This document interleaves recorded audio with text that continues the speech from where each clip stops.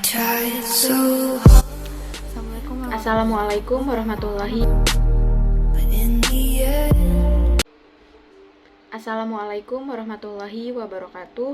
Perkenalkan, nama saya Sofi Nursiami. Saya dari kelas manajemen 19L.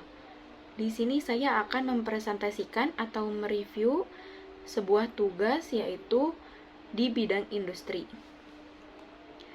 Saya di sini memilih rumah makan Bebek Surati Karawang, yaitu jenis usahanya adalah kuliner dan kegiatan usahanya industri dan beralamat di Jalan Raya Perumnas. Lanjut saja, kita bahas ke aspek teknis dan produksi. Yang pertama ada gedung. Rumah makan Bebek Surati ini memiliki gedung bangunan sejenis ruko yang luasnya 350 meter.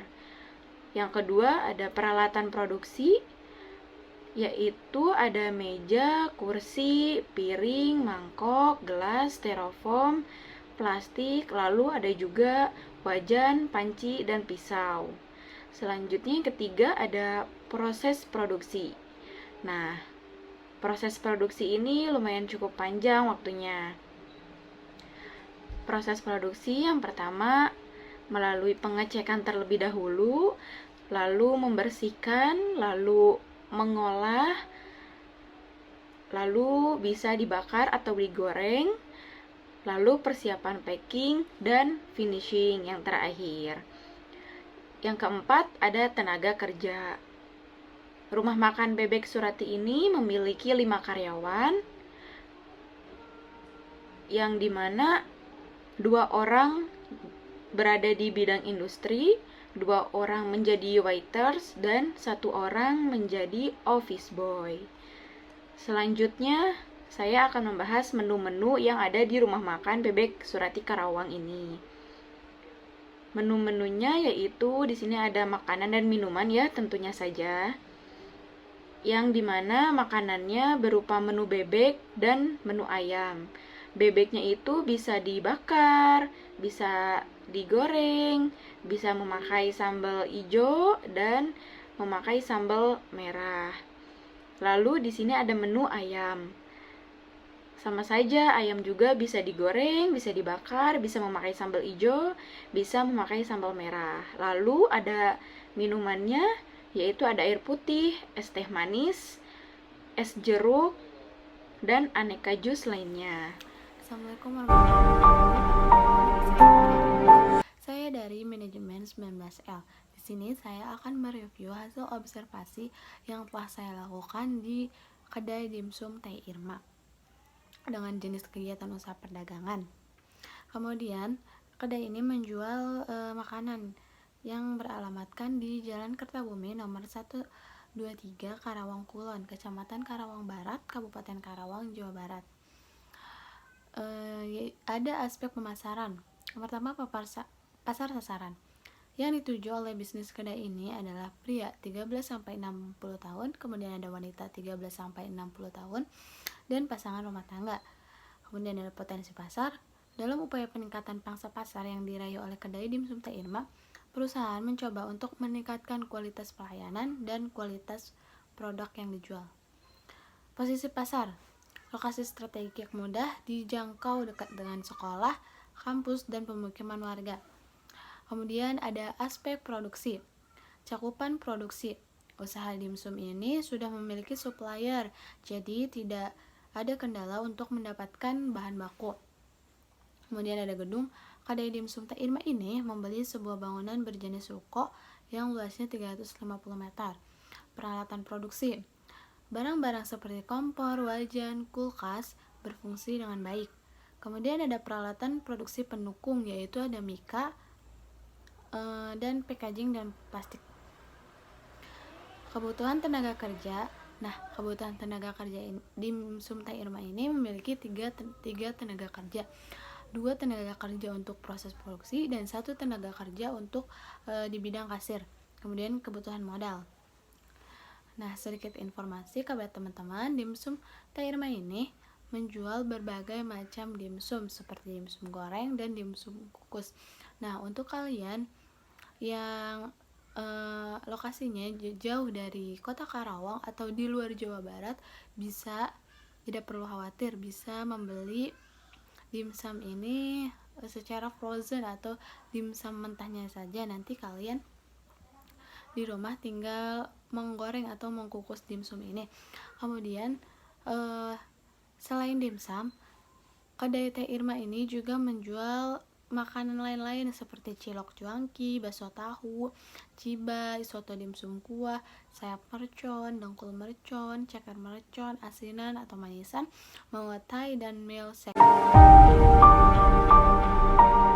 Perkenalkan, nama saya Reni Suparmata. Di sini saya akan menjelaskan tentang bidang jasa. Contoh yang saya ambil dari bidang jasa itu adalah toko fotokopi dan penjual ATK Andesta Fotokopi, di mana kegiatan usahanya berbentuk jasa yang ada di Jalan Raya Duri Kosambi nomor 9, Kosambi, Karawang, Jawa Barat.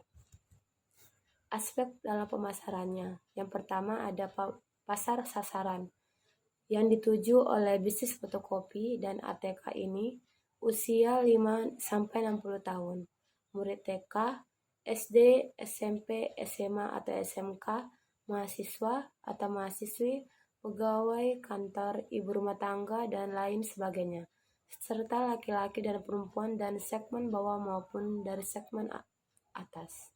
Yang kedua, potensi pasar. Target kegiatan jual beli ditujukan kepada semua lapisan masyarakat di sekitar lokasi toko, namun diutamakan murid, mahasiswa, dan pegawai kantor. Yang ketiga, posisi pasar. Posisi toko berada di lokasi yang cukup strategis karena dekat dengan sekolah serta dekat dengan rumah pemilik agar dapat memudahkan dan menghemat waktu. Selanjutnya ada strategi pemasaran. Yang pertama ada produk. Jenis produk yang dijual yaitu alat-alat tulis sekolah dan kantor, alat penunjang sekolah dan kantor lainnya, serta jasa fotokopi, scanning, printing, laminating, penjilitan buku, dan penyediaan komputer untuk browsing. Yang kedua ada price atau harga. Harga yang ditawarkan sangat terjangkau, mulai dari 1.000 sampai dengan 30.000. Untuk barang seperti tempat pensil, buku tulis, perpak, atau yang lain sebagainya, tergantung jenis dan ukuran barang.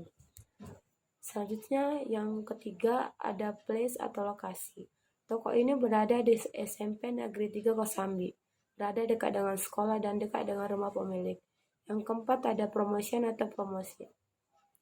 Yang pertama, pemasangan banner atau spanduk di depan toko agar masyarakat yang melintasi depan toko dapat dengan mudah mengetahui keberadaan toko ini.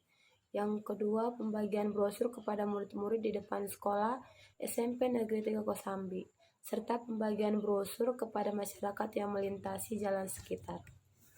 Produk-produk yang diperjualbelikan. Yang pertama, alat-alat tulis yang biasa dipakai untuk kegiatan di sekolah. Contohnya, buku tulis, pensil, pulpen, penghapus, penserut, tempat pensil, buku gambar, dan lain sebagainya. Yang kedua, alat-alat tulis yang biasa dipakai untuk kegiatan di kantor berupa notebook, buku agenda, kalender, pulpen, spidol, kertas HPS dalam berbagai ukuran, dan lain sebagainya. Yang ketiga, ada jasa penjilitan buku berupa jilid biasa dan jilid spiral. Yang keempat, jasa browsing di komputer dan printing. Yang kelima, jasa fotokopi dan scanning berupa berwarna maupun hitam putih. Yang keenam, jasa laminating. Barang-barang lain seperti styrofoam, kalkulator, cat warna, papan tulis kecil, kain panel, kain perca, dan lain sebagainya. Baiklah, sekian dari saya dari bidang jasa. Sekian dari kami, terima kasih.